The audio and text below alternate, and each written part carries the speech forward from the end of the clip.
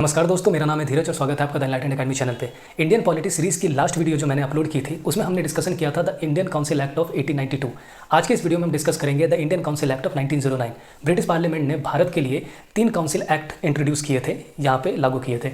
तो 3 council act में ये आखिरी काउंसिल एक्ट है। 2 काउंसिल एक्ट ऑलरेडी हमने वीडियो में डिस्कस कर लिए हैं। इस एक्ट के प्रोविज़न, इंपॉर्टेंट जो प्रोविज़न है उसको डिस्कस करने से पहले हम समझेंगे इस एक्ट को लाने के पीछे का पर्पस क्या था, बैकग्राउंड क्या था। तो आइए देखते हैं कि इस एक्ट का बैकग्राउंड क्या था। अगर आपको बैकग्राउंड समझ में आ जाएगा तो आपको क्लियरली समझ में आ जाएगा कि ये एक्ट क्यों लाया गया था भारत देश के अंदर। तो चलिए, कुछ हिस्ट्री में चल रही है। ये टाइम फ्रेम आप देखिए, 1909 का टाइम चल रहा था इस एक्ट के लाने के टाइम पे। आपको ऑलरेडी मैंने बता रखा है कि भारत देश में 1885 में आईएनसी, इंडियन नेशनल कांग्रेस की स्थापना हो जाती है और वहाँ से लेकर के 1919 तक ऑलरेडी जो इंडियन नेशनल कांग्रेस के इंपॉर्टेंट लीडर थे, लाइक दादा भाई नौरोजी, बाल गंगाधर तिलक, गोपाल कृष्ण गोखले, ये लोग बहुत ज़्यादा अवेयर हो चुके थे अपने फंडामेंटल राइट्स को लेकर के, अपने राइट्स को लेकर के, भारत देश के विकास को लेकर के, हर चीज़ें उनको क्लियरली पता था। तो अब उनकी डिमांड भी बहुत ज़्यादा बढ़ रही थी भारत देश के डेवलपमेंट के लिए।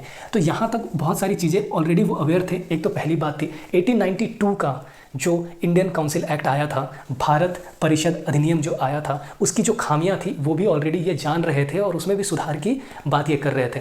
ठीक है, लेकिन सबसे इंपॉर्टेंट डेवलपमेंट जो बैकग्राउंड में हुआ था वो कुछ और था, जिसकी वजह से इस एक्ट को ब्रिटिश पार्लियामेंट को यहाँ पे इंट्रोड्यूस करना पड़ा। और आप समझेंगे जैसे जैसे प्रोविज़न हम डिस्कस करेंगे तो आपको क्लियरली समझ में आएगा कि क्यों ये एक्ट इस वक्त में इस प्रोविजंस के साथ आया था। ठीक है, भारत देश में कांग्रेस ऑलरेडी यहाँ तक आ चुकी थी, लेकिन एक इंपॉर्टेंट डेवलपमेंट हुआ था भारत देश के अंदर 1905 में। लॉर्ड कर्जन उस समय वायसराय थे 1905 के टाइम पे। लॉर्ड कर्जन ने क्या किया था, बंगाल का विभाजन किया था। के समय बंगाल का विभाजन हुआ और इस विभाजन के खिलाफ कांग्रेस ने एक आंदोलन भी लॉन्च किया था जिसे आप सब स्वदेशी आंदोलन के नाम से जानते हैं। ठीक है, बंगाल का विभाजन कर दिया गया था, 2 टुकड़ों में बांट दिया गया था। लॉर्ड कर्जन की पॉलिसी एकदम क्लियर थी बंगाल का विभाजन करने के पीछे कि हिंदू और मुस्लिमों में एक रिफ्ट पैदा करने की कोशिश की गई थी और उसी के खिलाफ स्वदेशी आंदोलन किया गया था कांग्रेस लीडर की। लेकिन यहाँ तक कुछ बातें ब्रिटिशर्स को क्लियर हो चुकी थी। पहली बात ये कि कांग्रेस एक बहुत इंपॉर्टेंट चैलेंज बन के खड़ा हो चुका था ब्रिटिश रूल इन इंडिया। तो कांग्रेस को तोड़ने के लिए ब्रिटिशर्स ने प्लान बनाया। ठीक है, आप सभी जानते हैं ब्रिटिशर्स की एक सबसे सुनहरी पॉलिसी रही है फूट डालो और शासन करो की नीति। और फूट डालो शासन करो की नीति आम स्टूडेंट्स ये समझ जाते हैं कि हिंदू और मुस्लिमों के बीच में ही फूट डालने की बात। नहीं, ऐसा नहीं है। भारत देश के अंदर ब्रिटिशर्स ने हर एक कम्युनिटी को दूसरे कम्युनिटी के खिलाफ खड़ा करने की कोशिश की, जिससे वो अपना रूल आराम से इस्टेब्लिश कर सकते हैं और आराम से भारत देश में अपना शासन चला सकते हैं। ये थी बात। तो अब जो फूट डालो और शासन करो की नीति थी उन्होंने कांग्रेस के भी अंदर लगाया। यहाँ तक इस पर्टिकुलर स्वदेशी मूवमेंट के बाद एक चीज़ क्लियर हो गई थी कि कांग्रेस के अंदर भी 2 धड़े बन चुकी है। एक धड़े को कहा जाता था एक्सट्रीमिस्ट, ठीक है, जो बेसिकली गरम दल के नेता थे। ठीक है, एक्सट्रीमिज्म को फॉलो करते थे, वायलेंस को सपोर्ट करते थे। और दूसरा जो धड़ा था उसे हम मॉडरेटर्स बोलते हैं।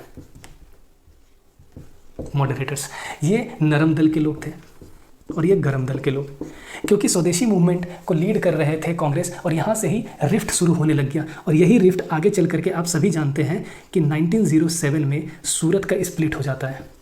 कांग्रेस भी 2 भागों में बढ़ जाता है। ठीक है, सूरत स्प्लिट हो जाता है, गरम दल और नरम दल 2 हिस्सों में बढ़ जाता है और कांग्रेस टूट जाता है। फिर 1916 में जाकर के नरम दल और गरम दल वापस यूनाइट होते हैं। तो ये भी अपने आप में एक इंपॉर्टेंट क्वेश्चन है। तो यहाँ पे समझने वाली बात यह है कि 1905 में बंगाल का विभाजन होता है, स्वदेशी आंदोलन होता है। ब्रिटिशर्स को एक बात क्लियर हो जाती है कि कांग्रेस भी 2 हिस्सों में टूटा हुआ है। तो इसलिए आप देखेंगे कि ये कानून एक कोशिश थी कि इन दोनों के बीच की जो दूरियां हैं उसको और बढ़ा दिया जाए। मतलब कि एक्सट्रीमिस्ट जो थे गरम दल के लोग, उनको वो क्या करना चाहते थे, इनको पनिश करना चाहते थे। इसे कैरेट एंड स्टिक की पॉलिसी बोली जाती है। कैरेट एंड स्टिक की पॉलिसी बोली जाती है कि इनको पनिश किया जाए या इनको बहुत बुरी तरह से इनको कर्ब किया जाए कि ये इस तरीके की वायलेंट एक्टिविटीज़ नहीं कर पाए, और मॉडरेटर को इनके अगेंस्ट खड़ा कर दिया जाए और इसको पैसिफाई करने की कोशिश की गई। मतलब कि मॉडरेटर की जो डिमांड्स है उनको सुन लिया जाए। तो इससे क्या होगा कि मॉडरेटर खुश रहेंगे और एक्सट्रीमिस्ट को उनको वायलेंस के लिए पनिश करने का मौका मिल जाएगा और ऑलरेडी ये जो 2 डिवाइड है वो बढ़ा दिया जाए। तो ये एक कोशिश थी। ठीक है, यहाँ पे कांग्रेस के अंदर रिफ्ट पैदा करने के लिए, इसलिए 1909 का एक्ट ब्रिटिशर्स लेकर के आए थे। एक बात तो यहाँ पे क्लियर है। ठीक है, लिख लीजिए आप इसको। दूसरा इंपॉर्टेंट डेवलपमेंट जो अभी इस टाइम पे हो रहा था वो क्या हो रहा था, 1906, ठीक है, 1906 में आप सभी जानते हैं 1906 में मुस्लिम लीग का गठन होता है। ठीक है, कहाँ गठन होता है? ढाका में।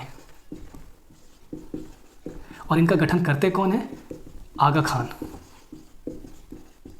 आगा खान और नवाब सलीमुल्लाह। नवाब, ढाका के नवाब थे सलीमुल्लाह।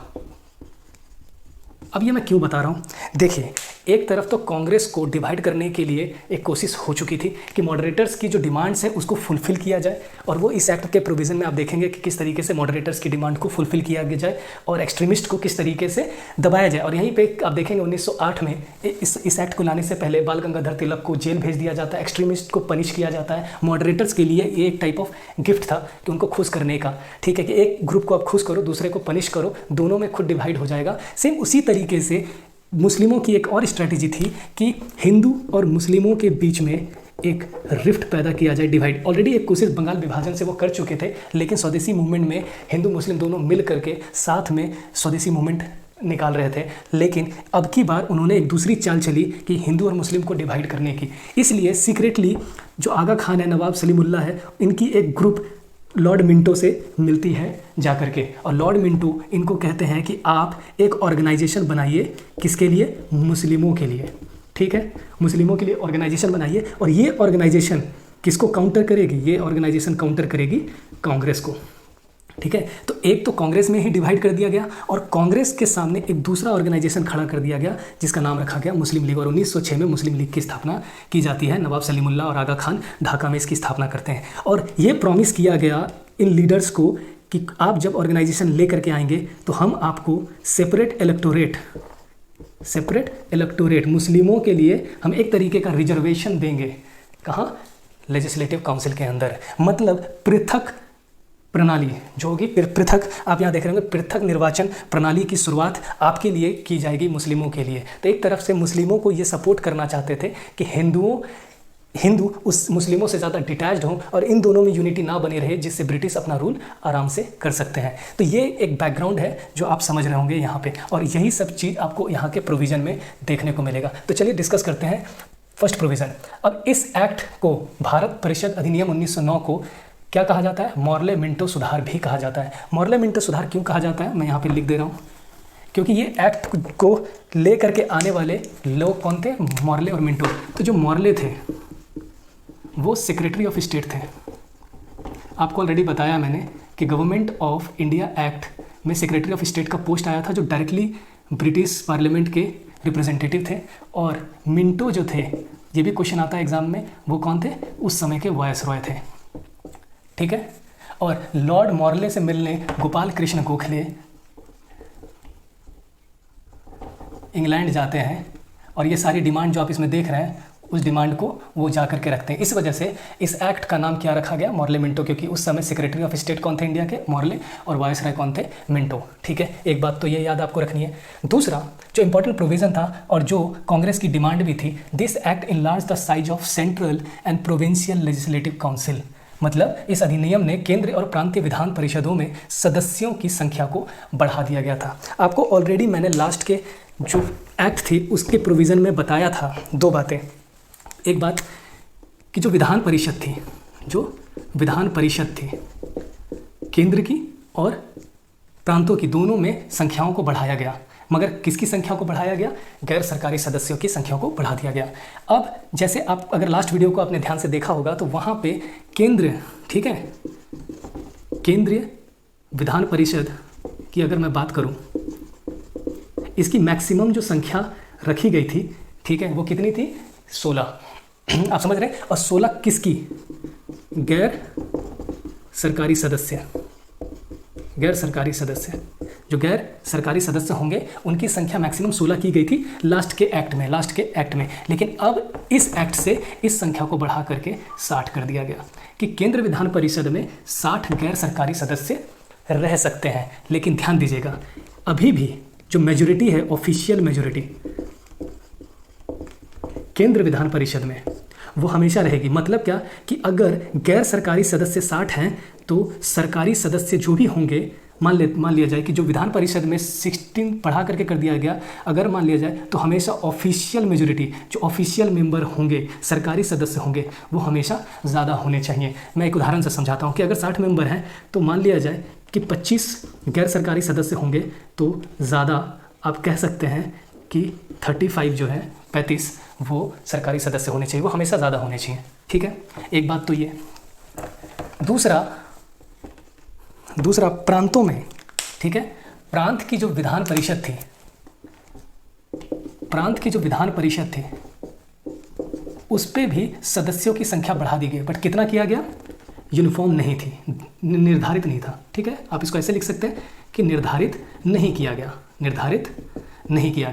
मतलब है कि जितना मर्जी हो उतना मेंबर आप बना सकते हैं प्रांत की विधान परिषद में। जैसे उदाहरण के लिए मैं आपको बता देता हूँ कि बंगाल और मद्रास पे 50 मेंबर कर दिए गए। ठीक है, और पहले कितने थे? ऑलरेडी मैंने आपको बता रखा है, पीछे के एक्ट में 20 थे, 50 कर दिए गए। वैसे निर्धारित नहीं था लेकिन 50 कर दिए गए। मैं बस एडेड इन्फॉर्मेशन दे दे रहा हूँ आपको। यूपी यानी अवध का 30 कर दिया गया, तो मेंबर्स की संख्या बढ़ा दी गई थी। ठीक है, तो ये आप 30 नहीं, इसका भी संख्या 50 ही किया गया, तो इस तरीके से बढ़ा दिया। लेकिन यहाँ पे एक की बात यह है कि अब प्रांतों की विधान परिषद में जो संख्या होगी सरकारी या गैर सरकारी, तो यहाँ पे गैर सरकारी सदस्य जो हैं, ठीक है, गैर सरकारी सदस्य जो हैं वो मेजोरिटी में हो सकते हैं। सरकारी सदस्य से ज़्यादा गैर सरकारी सदस्य प्रांतों की विधान परिषद में हो सकते हैं। तो ये बेसिकली इस एक्ट से कहा गया। ठीक है, अब आते हैं इस एक्ट की दूसरी इंपॉर्टेंट प्रोविजन पे। It introduce the system of communal representation by introducing separate electorate for Muslim. ये बात याद रखिएगा कि मुस्लिमों के लिए सेपरेट इलेक्टोरेट की प्रावधान किया गया। इस कानून ने मुसलमानों के लिए पृथक निर्वाचन प्रणाली की शुरुआत की, और ये अपने आप में एक इंपॉर्टेंट क्वेश्चन है कि पृथक निर्वाचन प्रणाली की शुरुआत किस कानून के बाद आया। ठीक है, इस कानून के बाद पृथक निर्वाचन प्रणाली की शुरुआत की गई। ठीक है, इसका मतलब क्या है पहले मैं आपको समझाता हूँ। पृथक निर्वाचन प्रणाली का मतलब क्या है कि, और ये चीज़ ये ध्यान रखिएगा एक बात, ये सिर्फ और सिर्फ पृथक निर्वाचन प्रणाली जो थी वो सेंट्रल लेजिस्लेटिव काउंसिल के लिए लागू की गई। आपको पता था कि लास्ट टाइम मैंने आपको बताया कि इनडायरेक्ट इलेक्शन के स्टार्ट हो चुका था, और केंद्रीय विधान परिषद में अब क्या होगा? 4 इलेक्टोरेट। पहले तो आप ये समझिए इलेक्टोरेट मतलब कि चुनने का अधिकार, वोट डालने का अधिकार, उसे हम इलेक्टोरेट बोलते हैं। ठीक है, वोट डालने का सेपरेट इलेक्टोरेट आप देख रहे हैं, तो वोट डालने का अधिकार जो है वो किसको दिया जाएगा? यहाँ पे सेंट्रल केंद्रीय विधान परिषद के लिए 4 टाइप के लोग बने। एक तो जनरल था, एक जनरल इलेक्टोरेट होंगे, दूसरा स्पेशल इलेक्टोरेट होगा, तीसरा चैम्बर ऑफ कॉमर्स, ठीक है, और चौथा बनाया गया मुस्लिम। मतलब 4 अलग अलग ग्रुप बनाए गए, इलेक्टोरल कॉलेज बनाए गए, जो लोग सदस्यों को चुन सकते हैं लेजिस्लेटिव काउंसिल के लिए, सदस्यों को रिकमेंडेशन के लिए भेज सकते हैं। क्योंकि अभी तक डायरेक्ट इलेक्शन की शुरुआत नहीं हुई, वो आप देखेंगे कि डायरेक्ट इलेक्शन का शुरुआत कब होता है, तो अभी तक इलेक्शन नहीं हुआ था। ठीक है, लेकिन अगर प्रांतों की बात करें तो प्रांत में सिर्फ 3 कैटेगरी के इलेक्टोरेट बनाए गए थे। एक तो जनरल, एक स्पेशल, और तीसरा था चैम्बर ऑफ कॉमर्स।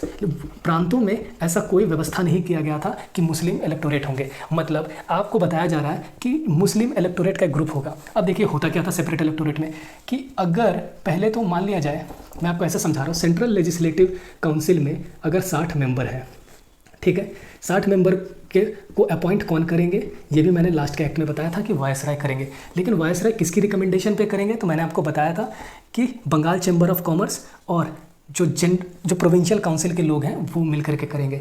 लेकिन अब क्या है कि एक इलेक्टोरेट बनाया जाएगा, मतलब कि 60 कैंडिडेट में कुछ सीट मुस्लिमों के लिए रिजर्व कर दी जाएगी, कि भारत के केंद्र विधान परिषद में कुछ सीट मुस्लिमों के लिए रिजर्व होगी, और इस सीट पे कुछ कैंडिडेट को डाला जाएगा, वो भी मुस्लिम कैंडिडेट को, ठीक है, क्योंकि वो रिजर्व्ड है। लेकिन जो वोट देने की प्रक्रिया है, मतलब यहाँ पे जो चुनेंगे तो मुस्लिम ही सिर्फ मुस्लिम को चुन सकते हैं। मतलब इस सीट पे भरने वाले जितने भी सदस्य होंगे उसको चुनने का अधिकार सिर्फ मुस्लिम कम्युनिटी के लोगों को होगा। और बाद में ये प्रांतों तक या पूरे भारत में फैला दिया गया इस सिस्टम को। तो यहाँ से शुरू होता है सेपरेट इलेक्टोरेट, और ये एक बहुत डिजास्टरस चीज़ थी, लॉर्ड मिंटो के द्वारा की हुई। इसलिए उनको क्या कहा जाता है, ये भी क्वेश्चन आ सकता है एग्जाम में, फादर ऑफ इंडियन कम्युनलिज्म। ठीक है, मतलब भारत में सांप्रदायिकता के लिए जो पिता थे, सांप्रदायिकता का पिता किसको कहा जाता है? तो भारत का सांप्रदायिकता का पिता लॉर्ड मिंटो को कहा जाता है, क्योंकि ये पहली बार ऐसा था कि उन्होंने एक बीजारोपण कर दिया था, एक सीड डाल दिया था हिंदू मुस्लिम का डिवाइड में। और ये सीड क्यों डाला गया? क्योंकि जब तक पॉलिटिकल पावर की बात ना हो, और जैसे पॉलिटिकल पावर में अगर डिवीज़न आ जाए तो वहाँ पे समझ लेना चाहिए कि अब दो लोग कभी भी एक दूसरे को देखना नहीं चाहेंगे, क्योंकि दोनों चाहेगा कि हमें पॉलिटिकल पावर मिले। तो ये सेपरेट इलेक्टोरेट जो है, इस सिस्टम को इंट्रोड्यूस किया गया, इसलिए उनको क्या कहा जाता है? Father of Indian communalism. तो ये अपने आप में इंपॉर्टेंट क्वेश्चन है, ठीक है।